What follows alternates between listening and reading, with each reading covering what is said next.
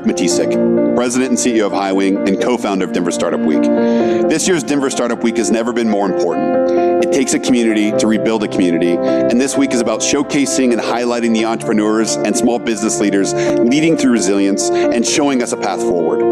The best of Denver is in front of us, and may this week inspire you to be part of its story. Before we dive in, we want to say a special thank you to our title sponsors, Downtown Denver Partnership, JP Morgan Chase, Prologis, and Zero. And our track sponsors who've made all the great content you're hearing today possible. Battery 621 and Public Works, Capital One Cafe, Colorado Lending Source, Friday Health, Quizlet, Exactly, Zayo, and Zestful. Our headline and event sponsors are bringing the excitement this week. Thank you to Wix, Kinzon, MAPR Agency, Obsidian HR, Kickstart Fund, Promontory Mortgage, Molson Coors, and Comcast. Finally, thank you to our partner and member sponsors listed on the screen. Thank you for your support of Denver Startup Week. Without you, it's not possible.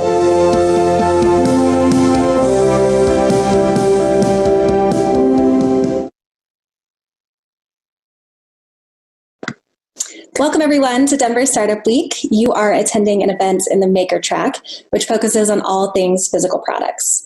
My name is Lauren Kluk. I run marketing and communications at Colorado Lending Source. I'm also a former Maker Track's chair, and I'm incredibly passionate about helping small business owners and entrepreneurs.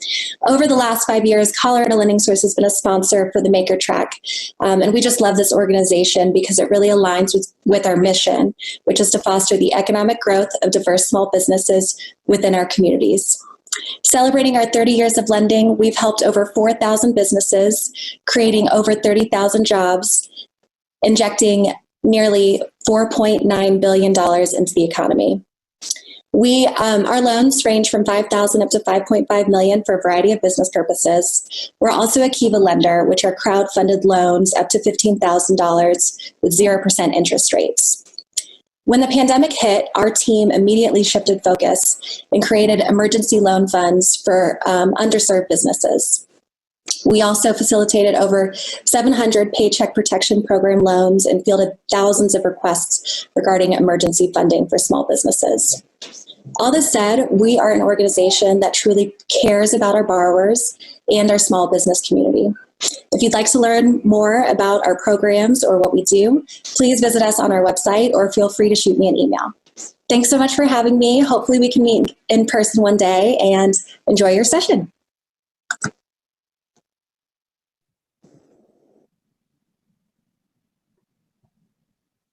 Hey everyone, and happy Denver Startup Week.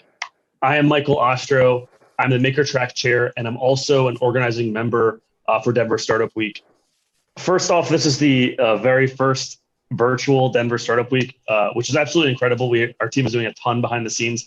I'm sure you've already been to a few sessions, so welcome back. If this is the first session you're tuning into, welcome. There's been a ton going on this whole week.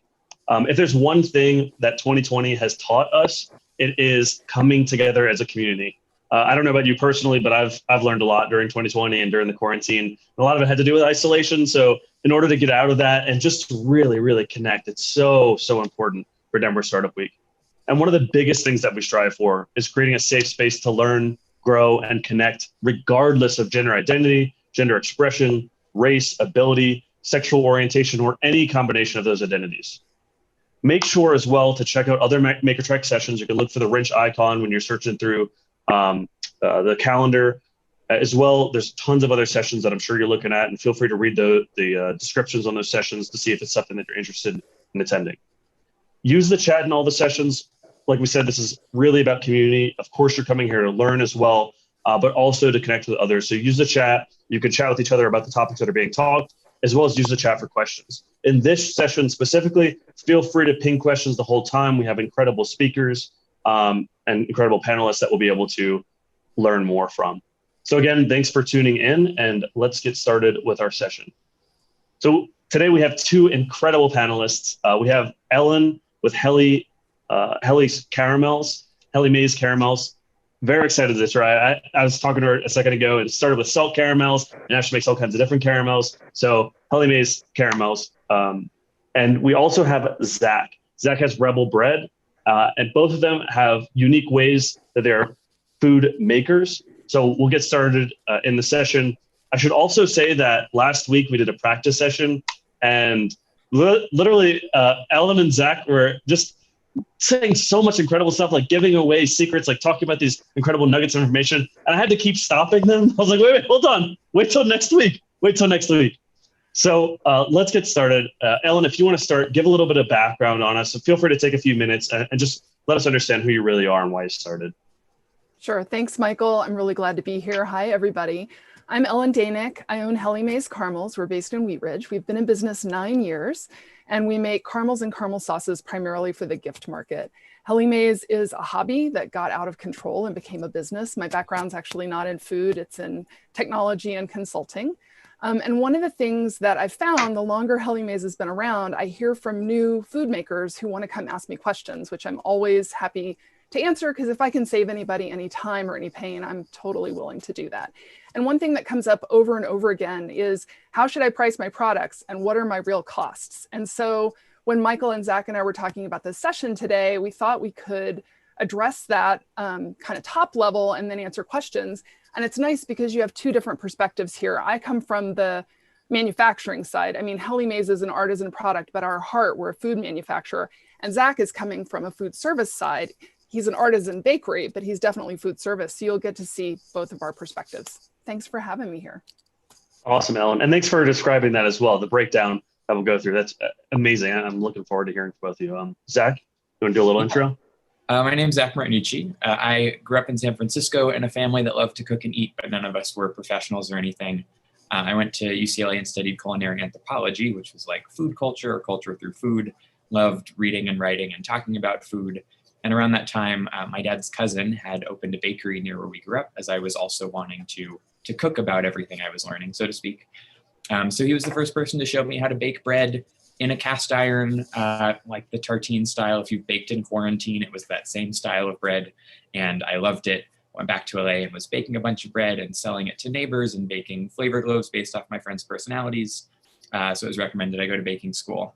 So I did professional bread in viennoiserie, which is like coffee shop pastry in San Francisco. Moved here pretty quickly after to open Rebel Bread with a friend from elementary school who had a wedding cakes bakery, and we shared a kitchen. And we've now been open just about 2 years.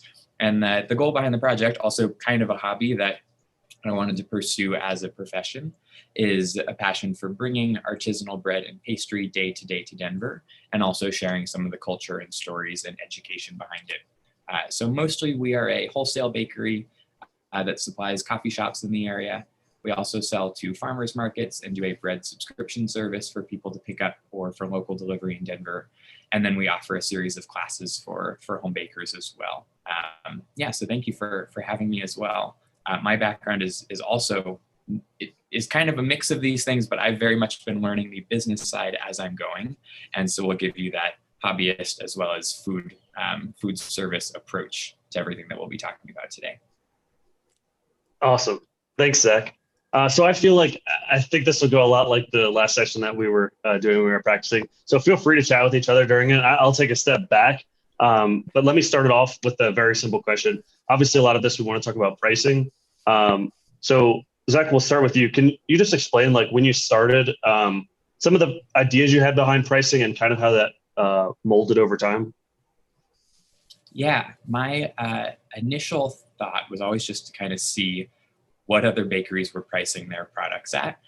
Ideally, there was a little bit more thought than just copying that, making sure that, if I were mimicking another bakery, they were within within our price range, or might be a similar competitor and making a similar product. But the idea was that if we were entering the market, I'd want to be able to price it at something that was familiar to consumers. And then from there have just gone deeper and deeper into actually what makes sense for us. And that in the last 2 years, the labor that goes into our product is more complicated, and that it's not just me, it's now a team of people. We source ingredients from different places. We have equipment and facilities. And anyway, just starting with what made sense to us and making sure we could keep that price, now knowing all the factors that actually go into it, or changing along the way once we've figured out, again, everything that actually goes into making our products. Awesome. Thanks, Zach. Ellen, let me turn that over to you. So I came into this from a little bit different background from Zach. And so I've been learning more of the culinary as I go and came in with more of the business background. And so when I decided I wanted to see if Helliemae's could be a viable business, the first decision I wanted to make was, where can we price it? And then what will our true costs be? So I could know whether I would have enough room to actually build a company. And so I did a couple of things. For the first year that Helliemae's was being tested, I went to a lot of local craft markets and farmers markets and gave out samples with no prices. And people would pull out their wallets and say, this is delicious, how much is it? And I'd give them a price and they'd buy. Next market, 25% higher. Next market, 25% higher. When they started putting their wallets away, I knew I probably had another 25%, and that was the top the market would bear. And so I think of that as like the price ceiling. If anyone on the call, think back to the dark days of college. If you took a microeconomics class, that supply and demand curve that they talked to you about, I basically built a redneck price elasticity curve. So that was kind of top down, and then bottom up, I did what Zach is talking about. I looked at what our true costs were. And like so often in artisan or specialty packaged food, our biggest cost driver was labor. So basically I had this is a price I have to meet to cover my costs and have some gross margin. Here's the ceiling, that's my price band. And then I started looking at competitors. But like Zach, it's adjusted over time, because after the first 2 years, we added wrapping equipment, which drove our labor costs down significantly. And I was able to figure out what that meant for pricing. Another thing Zach mentioned is that he at Rebel Bread sells both direct to customers, but also wholesale. And I'm sure that as the wholesale business has grown, Zach, that has affected how you think about your pricing, because obviously, like, we get a lot less at wholesale than we do at retail. And so that affects it as well. And so, yeah, it's definitely an evolving thing, but I think you can tell it's a topic I'm pretty passionate about. I always say to people, gross margin is the difference between your price and what it actually costs to make your product. That gross margin is like air for a business. And if you don't have enough, you're going to strangle. You're going to suffocate, not having enough air. What was that? What do you think about that? Like, how has your prices changed with over time? Fortunately, I think I guessed correctly on a lot of our products. And we haven't had to do too many significant changes, so much as justifying to myself or understanding really on my end when we bring in revenue where that's going. A lot of my biggest learning, the biggest thing that's changed is like these hidden costs, or maybe just costs I didn't think about. Delivery is a really big one for me, for example, and that even if the price of a croissant, for example, has stayed the same, we've had to adjust our delivery prices. And these hidden costs, or I call them hidden to me, in that we are a bakery. What we think about day to day is making bread and pastry. But also, like, I run a small logistics operation to get the products out there. And that's not why I signed up for this. That's not what I think my job is, but it is the reality of what I end up doing. And so if I don't think about something like, how are we paying for the delivery driver and the vehicle, and that time to get our products across the city, then that's something that we end up paying for instead of passing it on to the customer, or at least figuring out a version that, we're not losing money on that. Does that answer the question? Yeah. And you brought up a good point about hidden expenses. Ellen, were there some that you were starting to come across? No, for us, it was really, it was more about being explicit about where we had room to improve. So for example, when we added wrapping equipment, it meant that our labor costs went down. And so instead of lowering our prices, I took that little bit of extra money and put it toward better packaging. And so, we started with just like craft labels that I was printing on a laser printer. I mean, it was very, old school. And so I was able to actually take that extra margin, pay a designer to design packaging for us, and then have it professionally printed. And when you start with smaller quantities, you pay more per packaging item. Now that we're bigger, we pay less, but it gave me that extra room. And so that was the adjustment. As I had lower labor costs compared to where I started, I had that breathing room to say, okay, I can repurpose that to make, in this case, the packaging better. That's a great point. For the packaging, how big of a role have you seen that play from when you were doing other packaging to the new packaging? It's played a big one because the Helliemae's brand is really all about nostalgia. I always say that our caramels and our caramel sauces taste like your childhood, even if you've never had them before. And if Helliemae were a person, she'd be Rosie the Riveter's best friend. And so when I had the packaging designed, the concept behind it was milk paint on a barn wall. So kind of World War II era milk paint on a barn wall to get that message across. And it really has done a lot to help people understand what our product is apart from the flavor or apart from the texture, which is good. I will say, because we're not in the grocery channel, it's not as critical for the packaging to jump off the shelf to the consumer. You know, if you're in like Whole Foods and you're sitting on the shelf, unless you've got somebody actively sampling at the time, your package is what has to get the consumer to actually be interested and try. Because most of our wholesale accounts are either independent specialty cheese shops or gift stores, the staff tends to play that function and talk about the product. So, I mean, I think there's probably a lot more we could do with packaging, but the changes we made definitely helped people understand who we are as a brand. That's a great point. People are seeing it, and they obviously, the good packaging, they'll want to reach out and pick it up. So Zach, obviously, I don't imagine that you're packaging a lot of your bread, but maybe you do, and you could share that. But I know that you're putting your bread into coffee shops and into restaurants. People are seeing it. There has to be some switch in their mind to say, rather than getting, just some other muffin or some other snack, to get the bread that they're seeing in there. So what visions do you have behind getting people to look at the way your bread looks or it's packaged? Yeah, we don't have to deal with physical packaging a lot of the times. It does come into play right now in farmers market season and in anything retail style where there's a bag with a label on it, but that's usually, you're right, not the forefront. Most of the time our products are just in a case and people are looking at them. There are kind of two pieces there. One is we'll supply that coffee shop with like an etched wood plaque that they can put in the pastry case or something else to have the brand recognition. At the same time, I first designed all of our pastries in particular to be just different enough. The idea that anything we add to the menu is meant to be familiar or recognizable as something you'd want to eat, and also maybe a little bit different than you've seen before.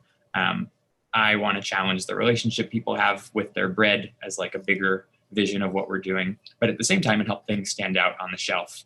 And in some ways are kind of iconic in that there are a few products we make. There's a jam bun, a bagel puff. I think our twice baked croissant stands out, where if you saw that in a case and we're familiar with our pastries, you might recognize it as ours. And just being familiar with the industry, I can go into most coffee shops and tell you who their pastry vendor is, because we do all have a signature look, but there are a couple items we intentionally make to really stand out, not just because I can tell the croissants apart, but a regular consumer might notice something, that there's something eye-catching there. Awesome. Good feedback. Obviously, I want to ask both of y'all questions about why bread, or this vision you have behind bread, and Ellen, this vision you have behind caramels. But rather than digging into that, since I know we want to talk more about pricing and help out these other entrepreneurs that are listening to this and interested in learning more about pricing and how to structure their business. Ellen, can you just give us some tips as well? If someone's a new food maker and they're really trying to figure out pricing, what's some advice you would give to them? Sure. I give this advice actually a lot, and I'm happy to share it here. When you are starting out, let's say you're a jam maker, for example, and you're thinking about the cost of your product and then the gross margin that you need to have on top of that for pricing. A lot of times when people are making it all themselves, they're an artisan, they have a passion. That's what I had. I was making the caramel myself 10 years ago. They think about two cost components: the ingredients, so the fruit, the sugar, the pectin, as well as the packaging, the jar, the lid, the label. There's a missing piece, and Zach already highlighted it. It's labor. So either you're always going to be the person making that product and never get paid to make it if you don't factor labor in, or you'll never be able to hire anyone. And so the biggest piece of advice I would give is make a batch of your product as close to your standard batch size as you think you'll start with. You can always adjust later. Time it from start to finish, including setup and cleanup, and then figure out across your batch how much time that means per unit. So if there are 100 jars in a batch, you take that total time and you divide it by 100, and then just assign an hourly rate. Zach, I'd be interested to hear what you assume in food service. In manufacturing, I assume that I'm going to pay people about $15 an hour as W-2 employees. So I'll also be paying the employer's share of taxes, workman's comp, and unemployment insurance. And those are all variable costs that go along with that labor. So I typically assume a labor cost of $19 or $20 an hour, because that's what you call a loaded cost, like the actual money you'd pay an employee plus all the other associated costs of having them employed.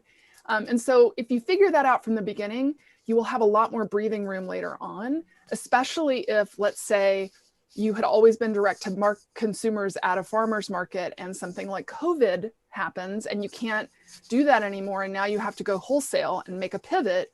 You'd have the good understanding of the room you have in your price to make that happen. So yeah, that's the biggest piece of advice I would give is price in labor, no matter how uncomfortable it makes you feel. Yeah, if I can add, that's very similar to the advice I give. And that I also get a lot of the phone calls or the outreach of people starting bakeries in particular. And I feel that the majority of us are really, a lot of the people I speak to are really passionate about the product they're making and plan to make it for the duration of their business.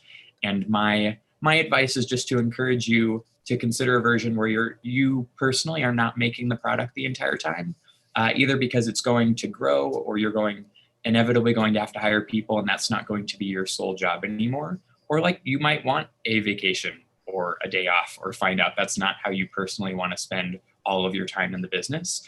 And if you've already factored in the labor, the cost that you're paying that labor, it'll be easier for you to sub out someone else to take over that production role. I also factor, we pay all of our starting employees $15 an hour. And for my calculations, I use $19 an hour for all the taxes and the costs. That was really reassuring to hear, actually, because I think that was something I derived backwards. So 19 is like a figure I'll use for introducing a product, changing something up, whatever it is, the 19 an hour for labor. And the reality is you might not be paying yourself at the beginning, either because you can't afford to, or that's just like not why you're in this. And that's a great reason. I would still track that 19 times however many, or whatever number you pick, however many hours you're spending, so that if you are not the one making jam a year from now, you've already set aside that money or know what it would cost to pay someone else to do so. Can I ask you a follow-up question, Zach? Yeah. I know that in food service, especially in restaurants, but I'm guessing there's some of this in bakery as well. A lot of times labor ends up being seen as a fixed cost because you have to have staffing of a certain amount, even if demand is going to vary day to day. How do you balance that idea that you have a certain amount of time you have to staff versus you don't want to overpay for labor relative to what you're selling? How do you think about that? Yeah, so I think it would be really helpful for you to go through the manufacturing exercise for anyone in the crowd that might not have done it, of figuring how you roughly figure out the per unit cost of things. That being said, I don't necessarily look at the per unit cost because I'm paying shifts more often than I'm paying for a specific number of loaves of bread.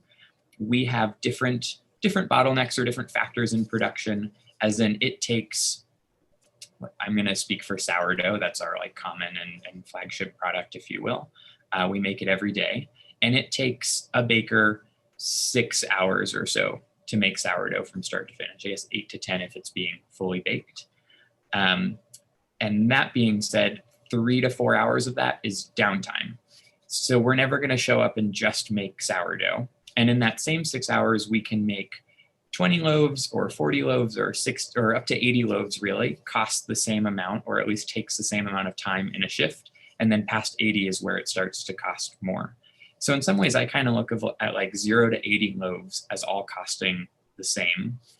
And that there are also other tasks I have in mind. Even if I'm just looking at sourdough for the sake of this like financial exercise, I know that they're going to need to be making some additional products to fill that time. And so in that sense, my optimization tends to be more for how we're going to fill the day and fill everyone's like workflow, rather than optimizing specific like ingredient costs, so to speak. That's usually not where I start. Is that what you're looking for? Yeah, for sure. And I don't try to like drive efficiency on ingredient costs primarily. Sure. Either. It's all about labor. I agree with you on that. I mean, for us to get big enough to save money on sugar, we'd have to be buying like multiple truckloads. Right. I mean, and it's not a big cost driver anyway, and in the cost of a 2-ounce box of Helliemae is 80% of the cost is labor. The packaging and the ingredients, even though we use really good ingredients, are just a small percentage. The way I think about it for manufacturing, because I also staff people in shifts, is product mix and what I want to promote. So, if I know that someone can make, let's say 20 2-ounce boxes in an hour, but they can make 30 6-ounce bags, the 6-ounce bag sells for more than the 2-ounce box and it costs less to make. So the 6-ounce bag is the thing that I want to promote. And that's like I feel like that's almost like an analogy to a menu balancing thing. Like if it Sure. takes you, the same cost of ingredients to make 2 desserts, but your pastry chef can make 10 of one in an hour and 100 of the other in an hour, you want to push the 100 one, right? I'm guessing. Yeah, and I think that's important too to know on the sales side, and that's not something my bakers deal with day to day, but it's important as we're planning their day or just what we're going to offer that season or on the menu, that we know what we're pushing to clients, or maybe are going to just take off the menu entirely if it gets in the way of the overall flow. Yep. Unless it's something that people are in love with, right? Like we have one product that costs us a lot to make. Very few people buy it, but those people love it. And so we keep it. Yeah, I think there's a whole piece there of like a marketing expense almost, because we think about that too. And I thought about that as well in getting started and doing like pop-up events of selling 8 loaves of bread in a coffee shop. Is not the time you're going to justly pay yourself $19 an hour to do that, because you're only selling 8 loaves of bread. Like that equation never works out, but that's also not the business model.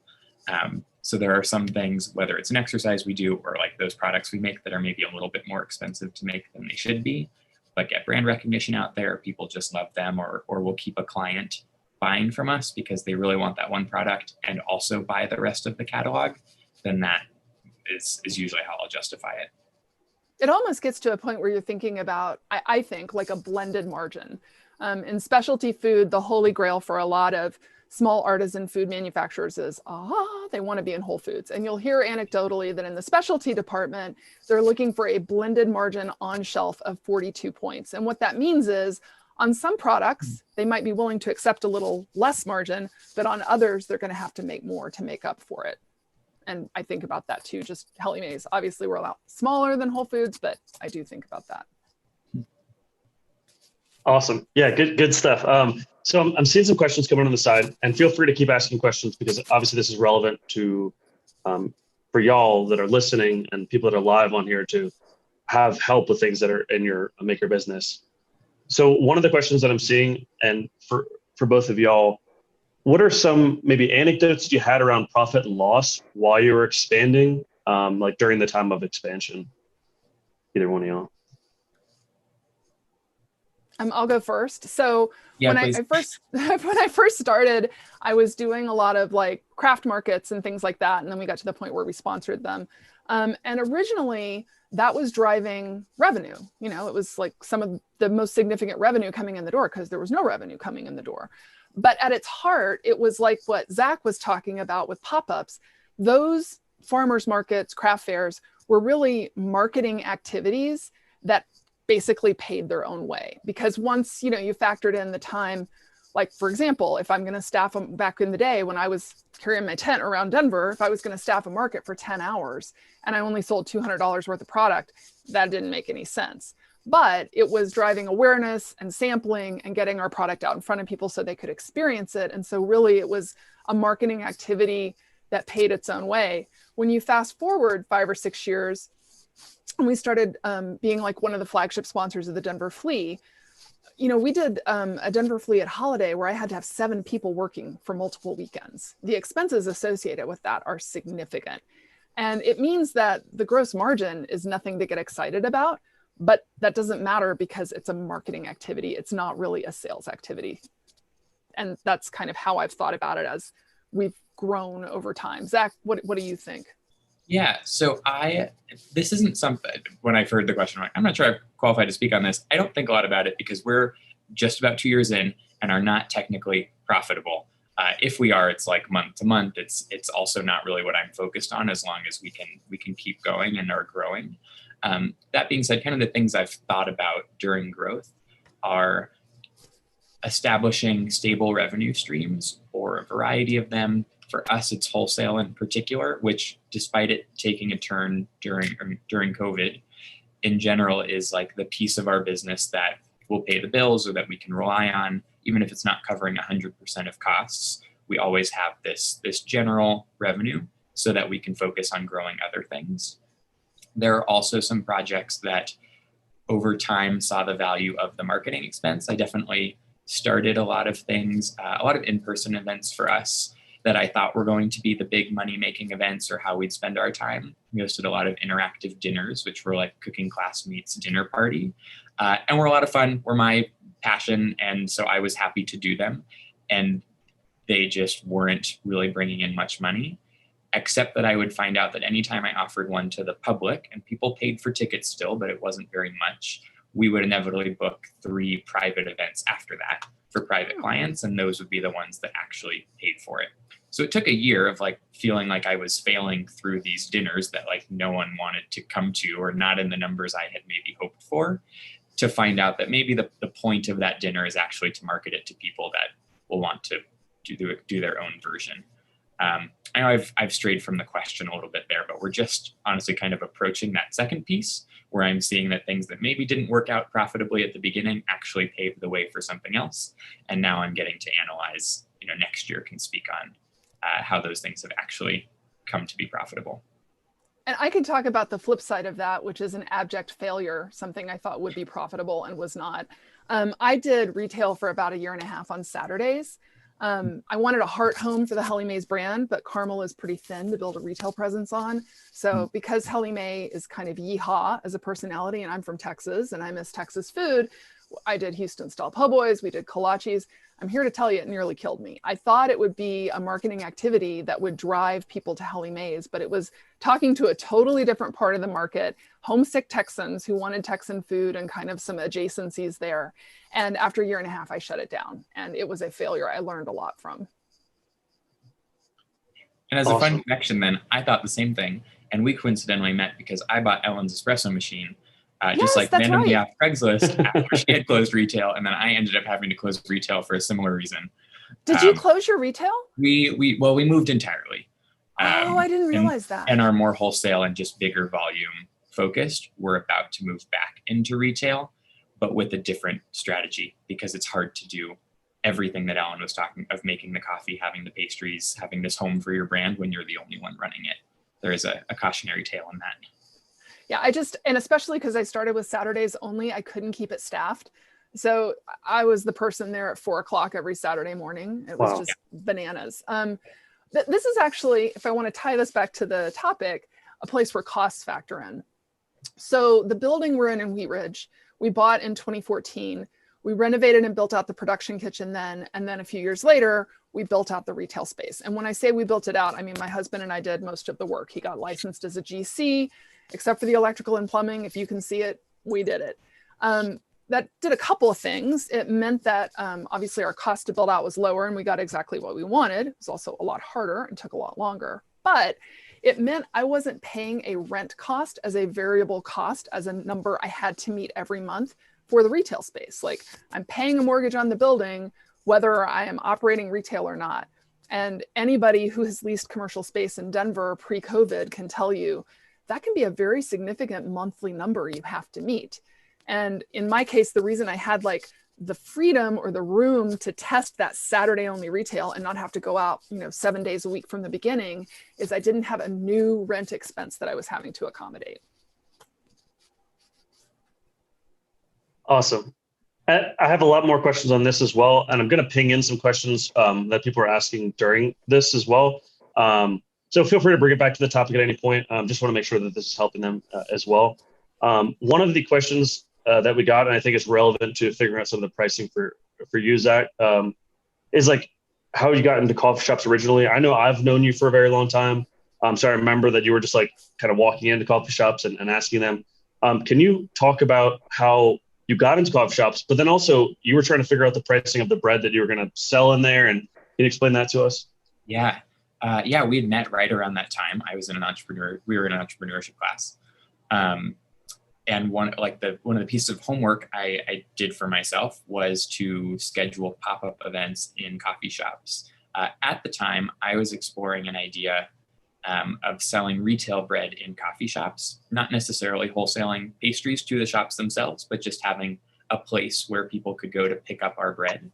And I liked the lifestyle, or I thought our brand might mesh with some of the specialty coffee shops in Denver. So I reached out to the Amethyst, the Huckleberries, the Methods, and so on, asking if I could come and set up a table on a Saturday and sell a couple loaves of bread. This is the 8 loaves of bread I was baking out of my home oven exercise that I talked about. And in that process, there were kind of 2 things that happened. One is we strategically started moving in a wholesale direction as we were opening. I should mention I didn't have a kitchen at this time.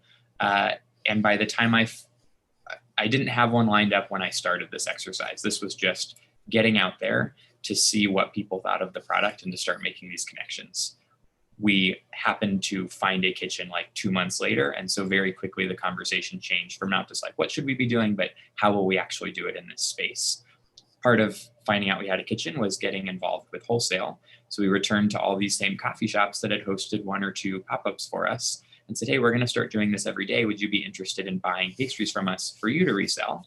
And just from having made business friends, that's one of the big takeaways, I guess, of my whole career in this is we have a lot of business friends now, which are just other like-minded small business owners that tend to want to support other small business owners. And they were willing to give our product a try. The other half, maybe the more retail side, was while I was doing pop-ups, I wasn't giving the bread away. I was selling it more or less Ellen style, picking a price and then the next time seeing if I could go a little bit higher, or maybe it felt like it had to be lower that day, but putting an actual price on the bread and selling it to customers in the shop. And some were eating it there or taking it home. And there's something really valuable about playing retail bakery and practicing with customers. And that because the bread's not free and because they're not your friends, you get honest feedback from people. And so even if it's just a couple units of whatever it is you're able to sell, I think it's a really important exercise to do something like that where you can get a real paying customer's feedback once you've done your beta testing with your friends or whatever you want to do. And then that, just the candid feedback we got there was really influential in how we should adjust pricing. Maybe the loaves should be different sized, all kinds of feedback you get. Because these people don't know your story or who you are, and they just kind of showed up and saw a product and evaluate it based off that. Awesome. Ellen, is this relevant to that amazing term you used, the redneck price elasticity curve and finding that, is this very relevant to that? Yeah, it is. I mean, it sounds like Zach and I were doing same thing, different language to figure out what's the top, what will people charge or what will people pay? Because your family and your friends are always going to tell you your product's great. I was running operations for the services division of Sun Microsystems when I first started making caramel. Salted caramel, everything hit. It was everywhere. You could get a salted caramel milkshake at Arby's, but I couldn't find really dark and smoky and complex creamy caramels. So I started making my own. I would take them to the office. People loved them. Well, of course they did. It's an office. They get excited about a grocery store birthday cake. It's sugar and they like you. And so I did not think that this was a business I could pursue until I had done that testing that Zach was talking about to see what will people who don't know me actually pay for this? Yeah, for sure. And I see a question just popped up about free shipping. I'm going to go ahead and jump on that because it's related. So if you are shipping a product, there are a number of costs that go into shipping. Obviously, it's the postage or what you're paying UPS, the box, in our case, cold packs, insulated liners, cushioning, all that stuff. And then my favorite topic, the labor to pack and ship that box, which is also a cost. And so the way I figured out where we could offer free shipping, and on the Helliemae's website, saltcaramels.com, $50 and up ships for free, under $50 ships for $5. Our average postage cost for a 1 to 2 pound parcel going to someone's home is $7 to $9 plus all the associated costs. So even at $5, we're still subsidizing some of that expense, sometimes a significant portion.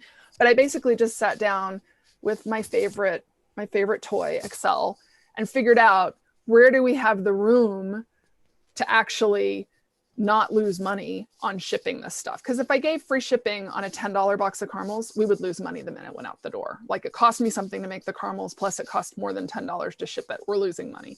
And even if you don't want to build complicated formulas, you can put numbers in and just do addition and subtraction and see what do you feel comfortable with.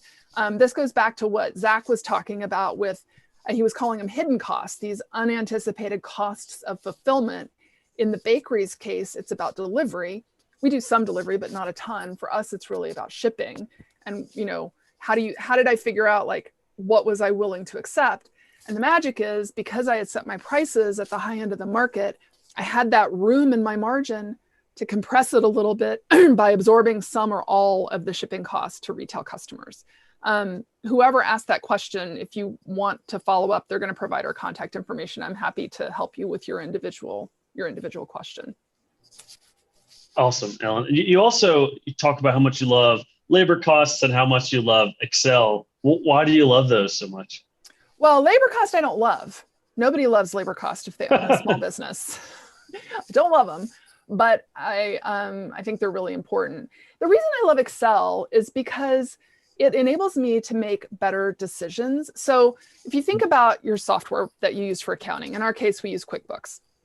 There are really three audiences for that, typically, those numbers, even if they're current and up to date. It's the IRS and the state to make sure you're paying your taxes. It's your accountant so that they can fill out your taxes. And then anybody who might want to loan or give you money, investors, banks for loans, that sort of thing. But if you look at it at the numbers you typically get out of an off-the-shelf version of software for accounting, it doesn't give you that unit cost all in of what it costs to make a product. For that, my good friend, Excel is where I go. And I joke because back when I was running operations for a multi-billion-dollar division, I ran all the budgeting. We had this huge enterprise software financial package that was our system of record for budgeting. But do you know what we used for the real work? Excel. Now I run this tiny, tiny, tiny little business and my financial software is QuickBooks. And what do I use for the real work to make decisions? Excel. It's like this magical tool that is so useful. So that's why I love it so much. Awesome. Good points. Zach, anything there? But I do have another question for you too. No, go on. Thank you. Awesome. So what about like wastage, spoilage when you're starting up, when you're small, when you're growing? How do you factor that in? Yeah, I believe there is like a hospitality textbook answer to this that I don't know. It's something like factor 10% or whatever it is.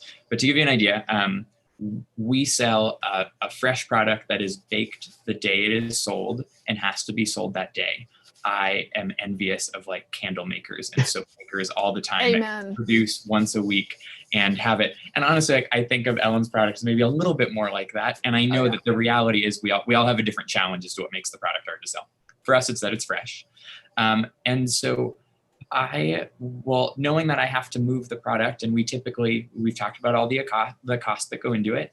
I won't add a production day to our schedule or take on a farmer's market or add so many new accounts unless I believe we can sell whatever the minimum number of items is to meet our costs for that day. So that's always where we start. What that looks like is we turn down a lot of small farmers markets that unfortunately just aren't going to have the foot traffic for us to sell enough products to cover our costs. And once we figured out that we're going somewhere where we can sell all of that product, then I think it's kind of up to you if you want to be something that sells out early or if you want to write it out a while and how you feel about keeping that waste. I like to push our production capacity to make as much of something as we think we can sell as is comfortable without, hurting our workers here, making sure that it's something they can do during their shift, and then seeing if we can sell all of that and having just, in our case, it's a backup plan to donate or compost whatever's left over. If we consistently have something left over, then we'll reevaluate what we're making sure, of course, that we're still meeting our minimum. That being said, there are other producers that I know really like to sell out early, maybe for like the branding or whatever that brings to your reputation of you're going to make an amount that you're comfortable, you'll make money off of it, but you're not trying to bring so much product. And then you also don't have wastage at the end. That's my answer. If you're working with a completely different product and I didn't really help you out, feel free to comment and we can adjust. Ellen, did you want to add anything? Well, first of all, I love this idea of, how you have to make the choice between whether you want to have enough product for everybody who's coming or whether you want to sell out early. I'm from Texas. I always think of that as like the Central Texas barbecue model. We sell brisket till we're done and we might sell out in 15 minutes. Godspeed to all y'all. For me, Zach hit the nail on the head. We don't have a product we have to sell that day. We still do have, relative to the industry, a short Best Buy date. It's 3 months, and that's like a sales challenge, which is a whole other topic.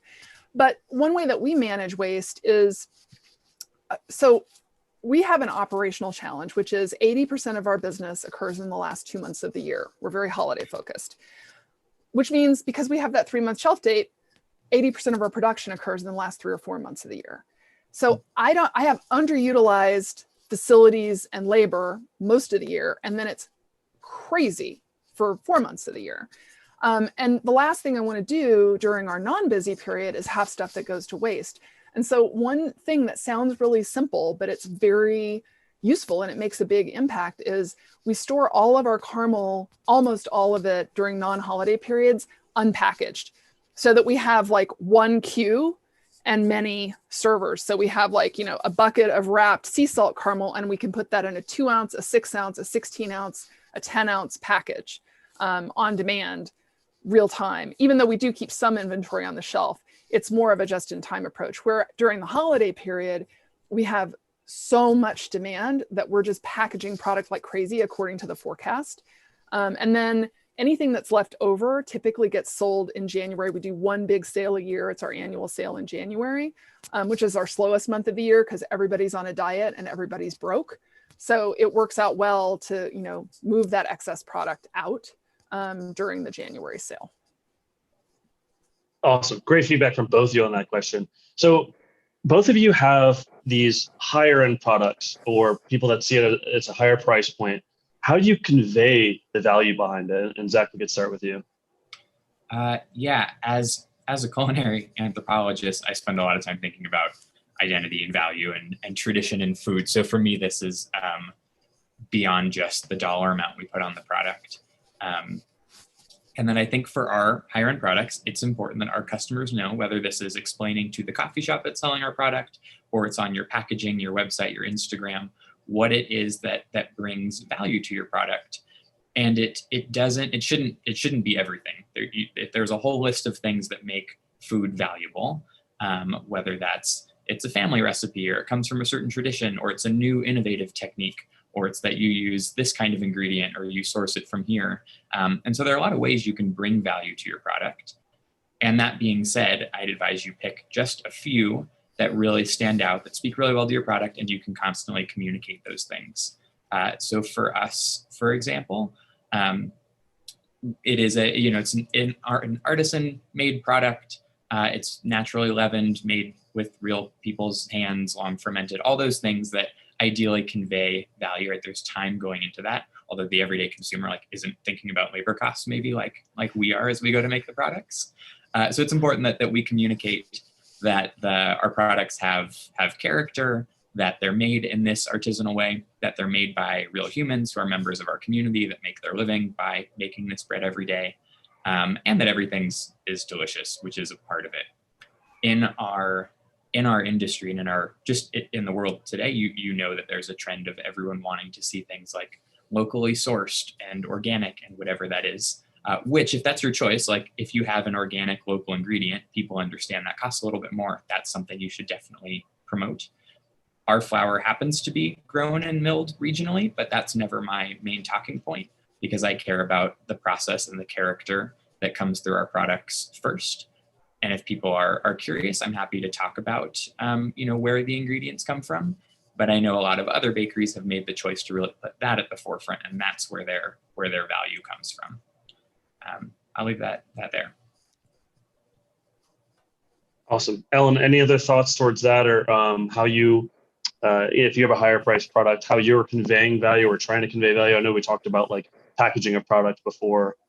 Yeah, sure. So for the product itself, our product has really two differentiators. It's very dark, complex, and smoky with notes of tobacco, vanilla, char, like chocolate, all those sorts of things, which is not typical in the caramel market. It's also a very creamy and fresh product that doesn't pull at your teeth. It's a pleasure to eat.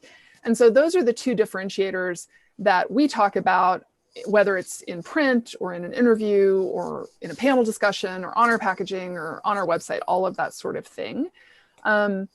Because it's the way that we make the caramel to get that dark smoky flavor is very labor intensive.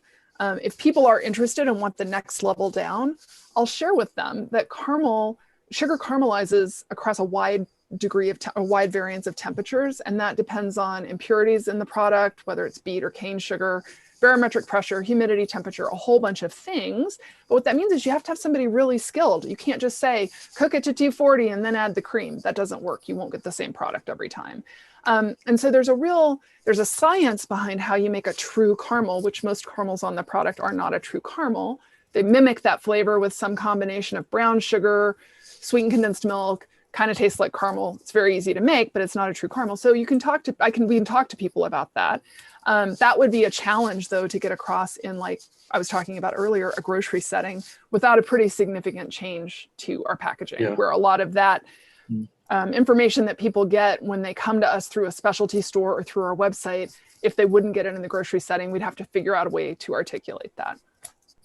Awesome. If I can add to that, I think, Ellen, what you demonstrated really well is that higher value and higher price point products require education.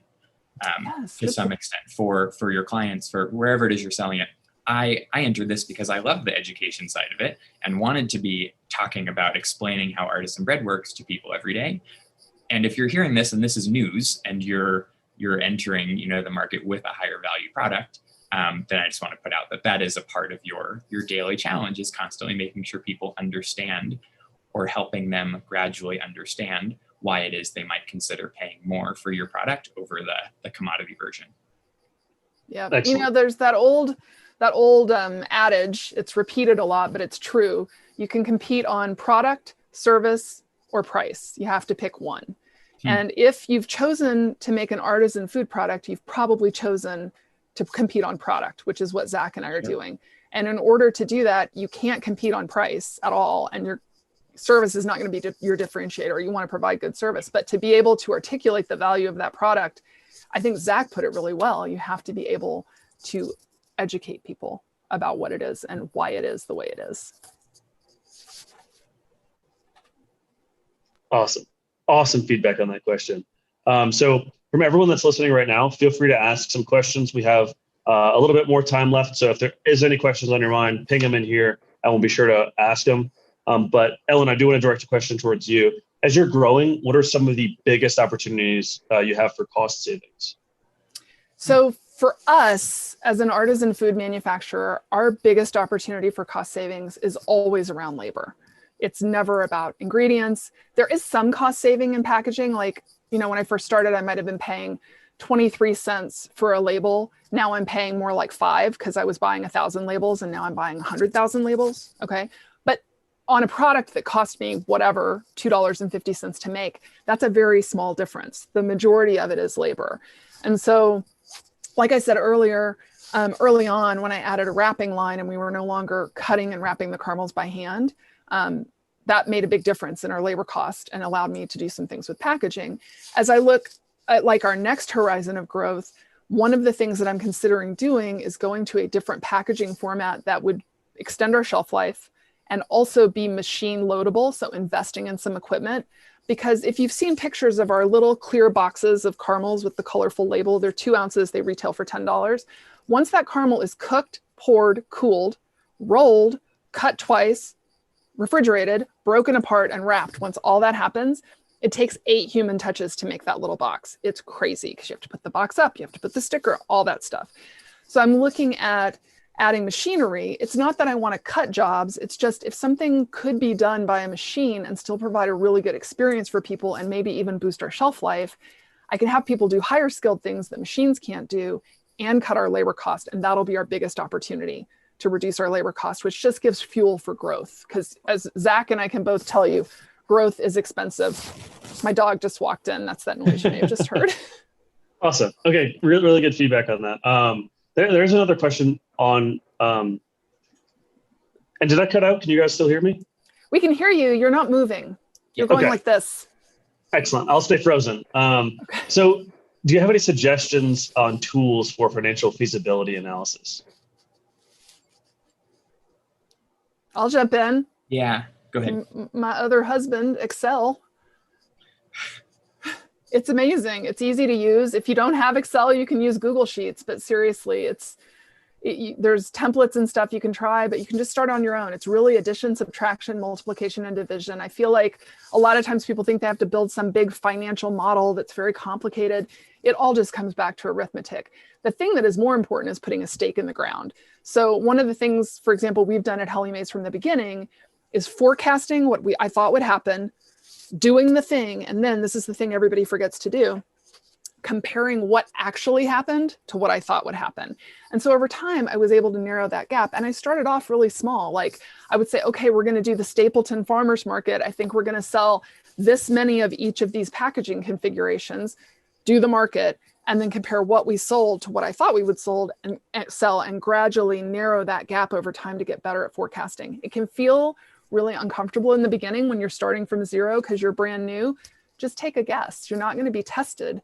But the important thing is then go compare what actually happened to your guess, and you will find over time, whether you're using Excel or Google Sheets or, a pen and paper, you'll get better at guessing and you'll get much better at planning. Awesome.